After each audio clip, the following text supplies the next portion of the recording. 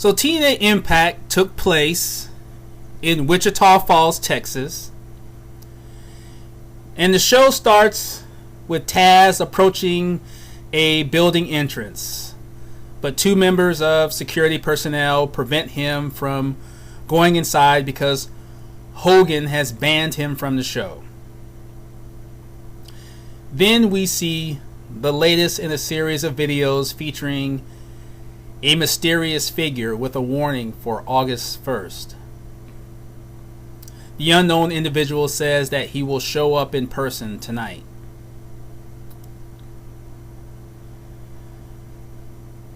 So then we see Austin Aries coming to the ring.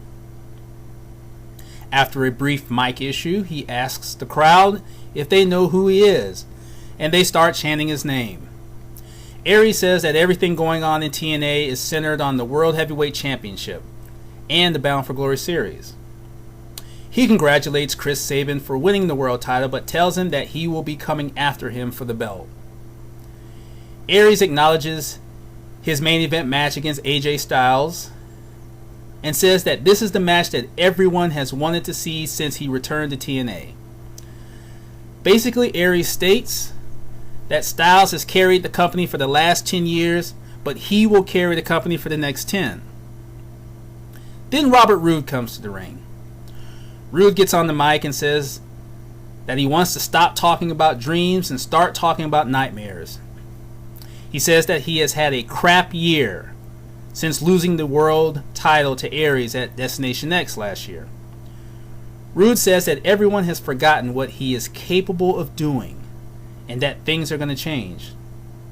He says that he will start doing the things that led him to winning the world title.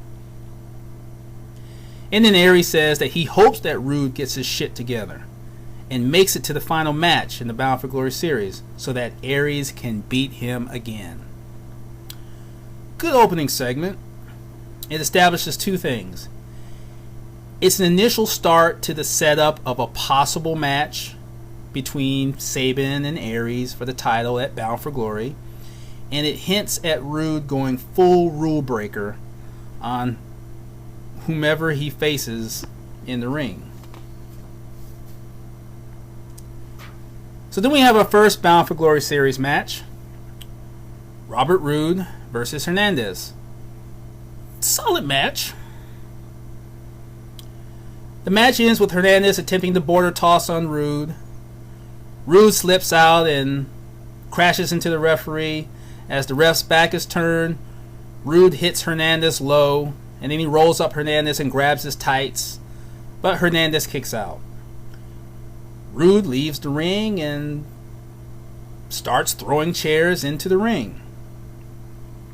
As the referee removes the chairs from the ring, Roode grabs a beer bottle from underneath the ring, and then he smashes that bottle across Hernandez's head.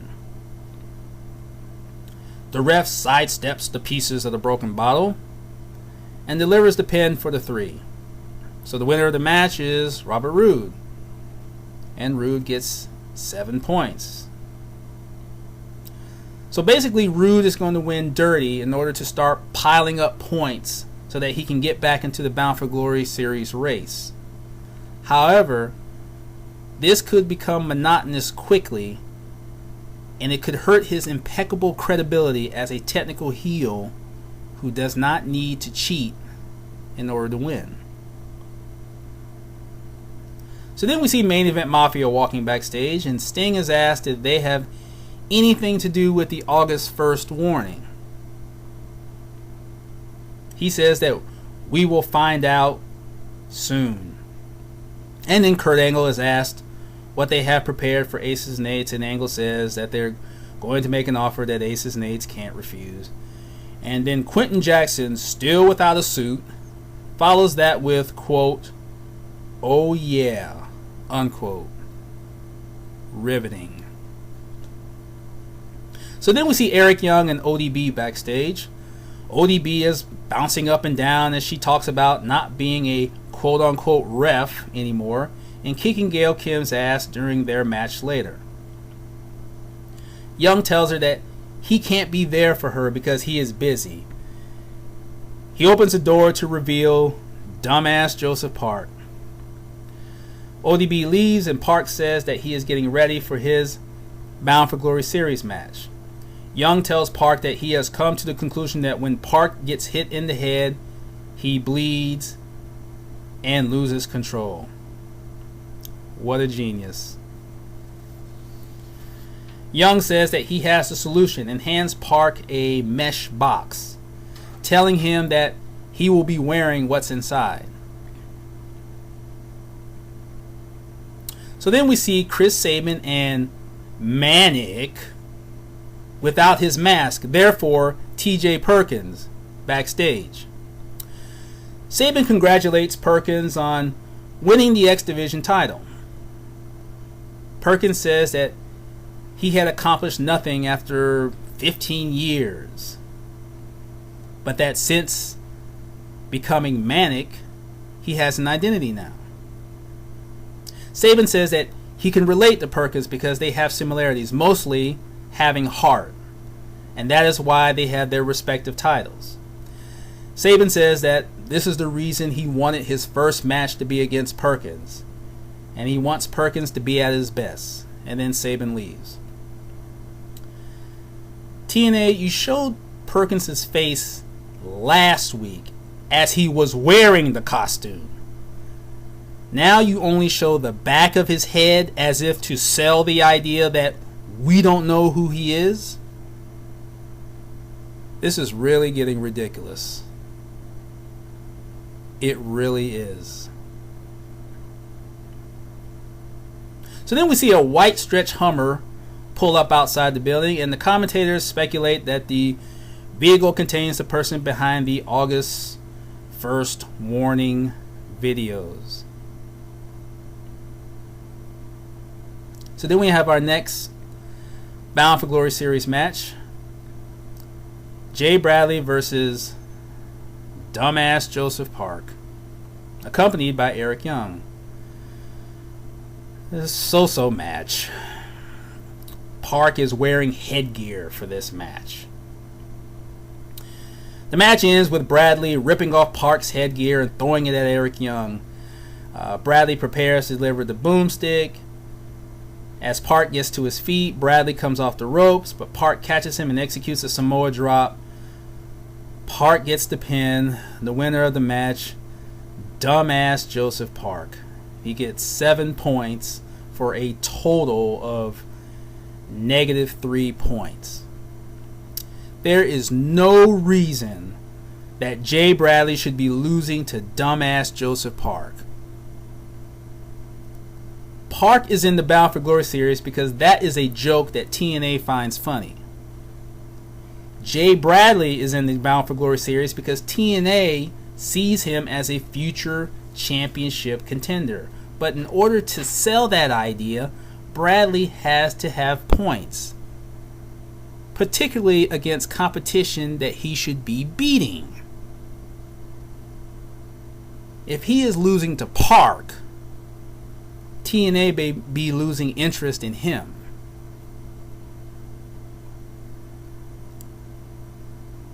So we see the main event Mafia again backstage sitting around a table. Angle says that he and Sting want to know if any of the other members have any other information about who is behind the August 1st warning. They say no. Sting says that there may have to be a sacrifice and asks if everyone is willing to take the risk. And they all agree. Angle once again says that they are going to make an offer that Ace and Ace can't refuse. Okay. Quentin Jackson says that he doesn't care what they say. He's ready to fight. And it was such a great display of acting by Jackson, the way he hit the table to emphasize that point.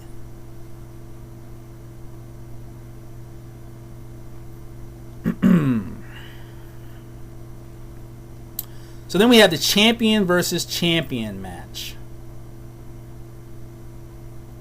Chris Sabin versus Manic. Solid match. The match ends with Sabin going for his Hail Sabin driver, but Manic counters with an attempt to lift Sabin up. Instead, Sabin counters that and rolls up Manic, but Manic kicks out. Sabin delivers a net breaker and follows that with a kick to Manic's head. Sabin then delivers the Hail Sabin and gets the pin. Winner of the match, Chris Sabin. And then after the replays of the match are shown, we see Bully Ray in the ring attacking Sabin in the corner. Bully Ray takes out a chain and yells at Sabin, telling him that he should have handed him the belt as he kicks him. Bully Ray then shoves Manic down and kicks him. Then Bully Ray turns back to Sabin, but Sabin catches him with a series of quick punches and chops, and then he catches Bully Ray with an enziguri, and Bully Ray leaves the ring. Now, the fact that Sabin did not defend his title didn't make any sense. If Sabin is going to be a fighting champion, as they had him say, then do what a fighting champion does. He defends his title against anyone at any time. Now, I wasn't expecting a traditional champion versus champion match in which the winner would have both titles, because as I said last week, that would become too complicated. However, Sabin should have at least defended his title. Also, when TNA has Sabin wrestling in the third match of a 5-match lineup, it doesn't show the confidence that they should have in their world champion. TNA, you put the belt on him. Now, you have to showcase him the way a champion should be showcased. He is your world champion. I understand that AJ Styles versus Austin Aries is the jack-off match, and rightfully so, but it could have been the 4th match. Sabin is the world champion, TNA. Your world champion should always wrestle last.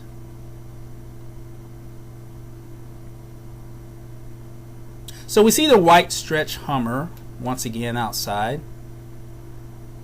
And Taz comes into view, and he is still yelling about Hogan banning him from going inside the building.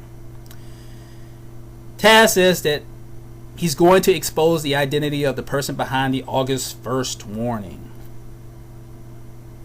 He opens the door to the Hummer and laughs, wondering why whatever he is looking at would justify all the hype.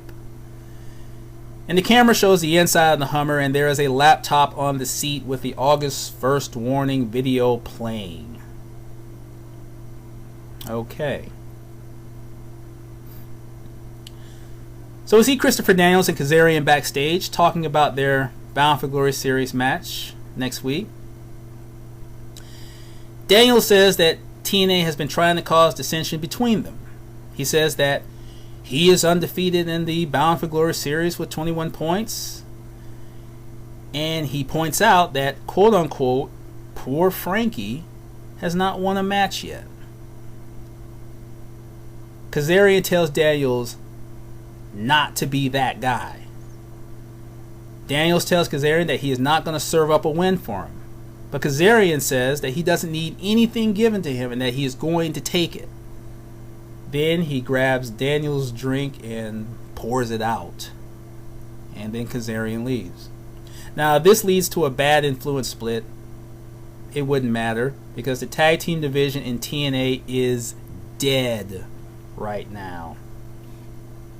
And Daniels and Kazarian would be better off as singles competitors, reestablishing their championship contender positions.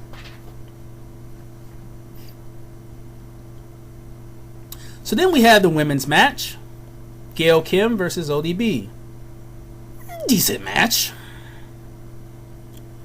The match ends with Gail Kim outside the ring trying to drag ODB to the ring post in an attempt to execute her figure 4 leg lock around the post.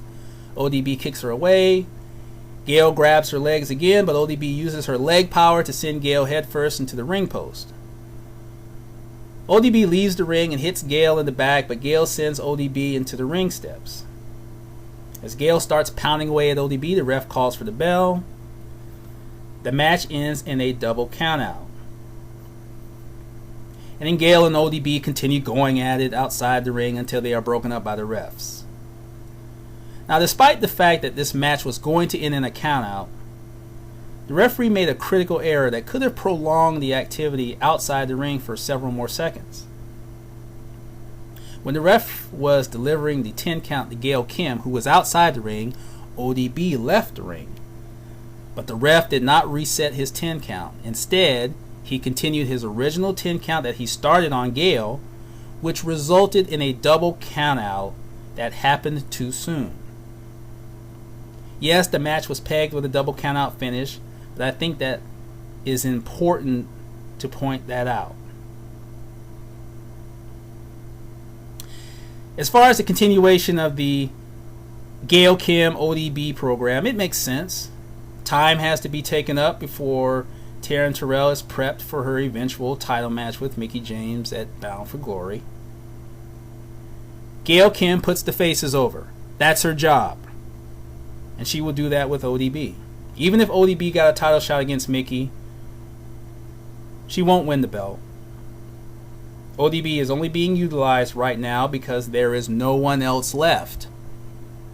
Otherwise, she would likely still be a quote-unquote ref.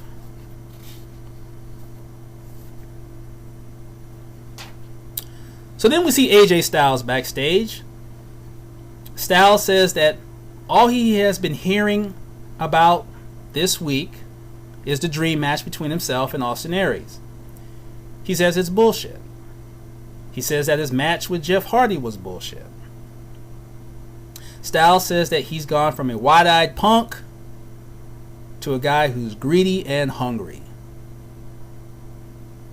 He says that the Bound for Glory series is about the title and the money. And he says that, like heroes, there is no place for dreams. And he will become Austin Aries' nightmare. And then he leaves. And this was a solid promo by Styles. Some people don't like his current presentation, but this reinvention is working well for him.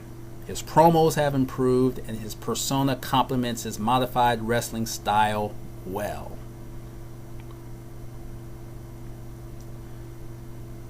So we see Aces and Eights backstage. Bully Ray mentions that the Main Event Mafia are preparing to make their offer and says that they have been watching The Godfather too much. He's not going to obsess over the offer. He would rather be obsessed with Chris Sabin and the match at Hardcore Justice. And then Bully Ray tells Mr. Anderson that he is in charge of taking care of Main Event Mafia. Bully Ray leaves and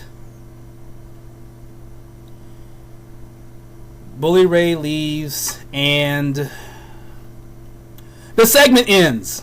The segment ends. No, the segment ends. Segment ends.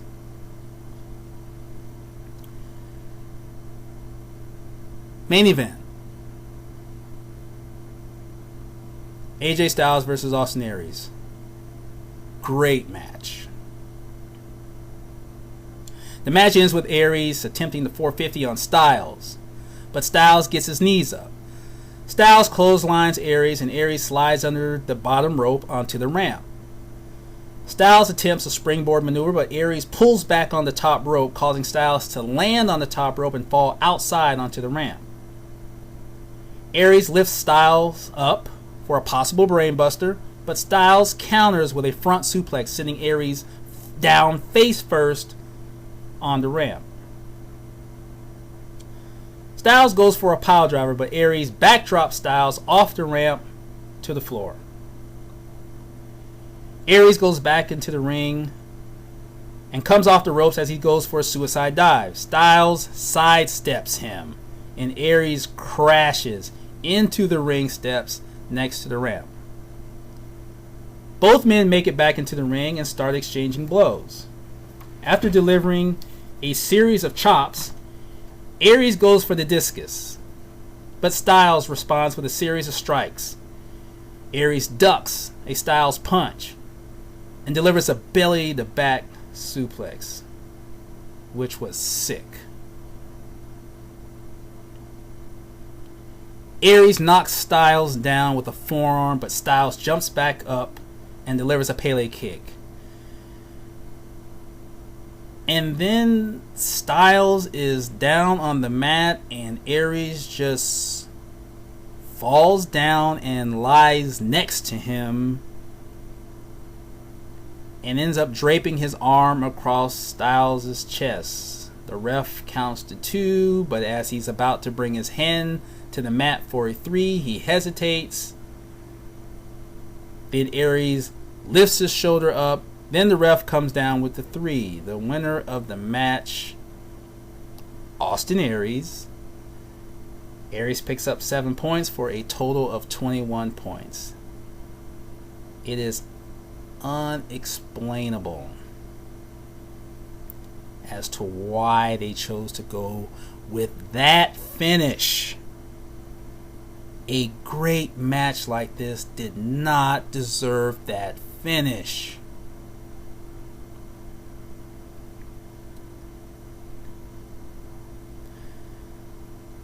Then we see the main event Mafia come out to the ring. Sting once again repeats their 2 goals, saying that they have accomplished one of those goals. He says that last time they didn't get the fight that they were seeking, but now they will get it by making their offer. Then Aces and Eights music plays and they come out. Mr. Anderson is on the mic and he says that the main event Mafia didn't get the fight they wanted because Kurt Angle was in the back of a truck. He says that the main event Mafia cheat, and because of that, Chris Sabin is the champion. Anderson says that they can fight dirty and they won't back down. Angle proposes a 5-on-5 match at Hardcore Justice in which the wrestler that is pinned or made to submit will have to leave the company forever. And then Samoa Joe says that it's not up for negotiation. And then Aces and Eights charges the ring and a brawl breaks out between the 2 factions. The members of Aces and Eights end up outside the ring as the main event Mafia are still in the ring. Mr. Anderson says that the Aces and Eights accepts the challenge. Then the lights go out.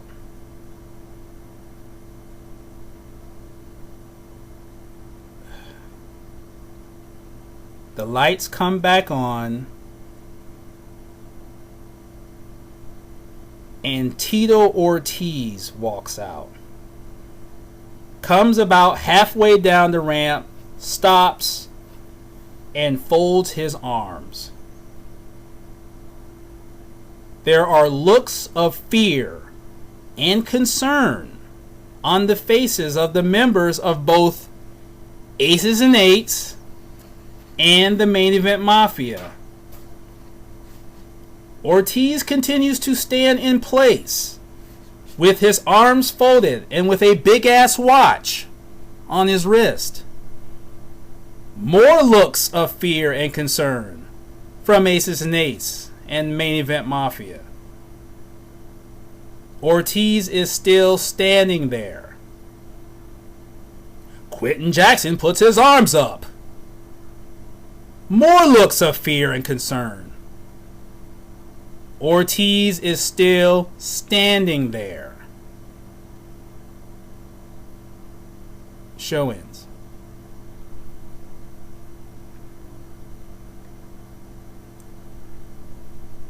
It was just one guy standing there on the ramp, right? I mean, the looks of fear and concern on the faces of Aces and Eights. My God, the looks of fear and concern on the faces of the main event Mafia. Jesus. It was just one guy standing there, right? I mean, there weren't 20 guys in ninja outfits standing behind him, right? It was just one guy, right?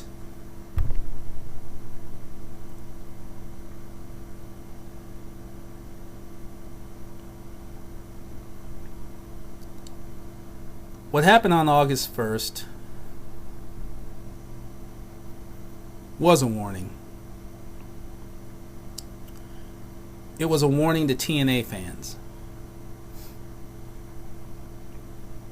What you saw at the end is just the beginning. I'm Tazmart 2002, and that was my TNA Impact Analysis for August 1st, 2013. If you're listening to me on YouTube, please comment below, click the like or dislike button, and if you subscribe, I would really appreciate it. If you're listening to me on the Wrestling News Talk Facebook page, please leave your comments below and click the like button if you like what I've been saying. If you have any questions about TNA or wrestling in general that you would like to ask me, you can get at me on Twitter, Tazmart2002, TAZMARK2002. And if your comments exceed the 140, get at me with an email, Tazmart2002@gmail.com. Good wrestling show.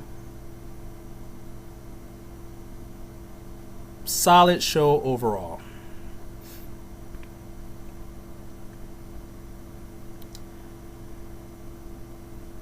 Don't blame TNA for this.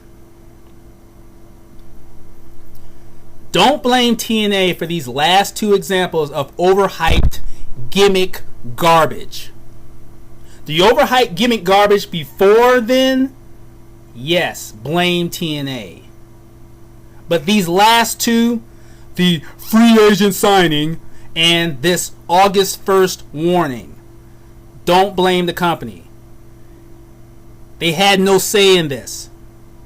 Spike TV has forced this on them. TNA has been bent over and they are taking it. First, Quentin Jackson. Now, Tito Ortiz. And remember, Muhammad Lawal is still on his way. And who knows who else? Oh, maybe we'll see a group of MMA fighters come to TNA, form a new faction, destroy Aces and Eights and the Main Event Mafia, and take over the company. Maybe Muhammad Lawal will hold the TNA World Tag Team Championship by himself, something that he has said that he wants to do. TNA World Champion Quentin Jackson. I know it's ridiculous, but if Spike TV tells TNA to do any of this, they gotta do it. Yes, sir. Bending over, sir.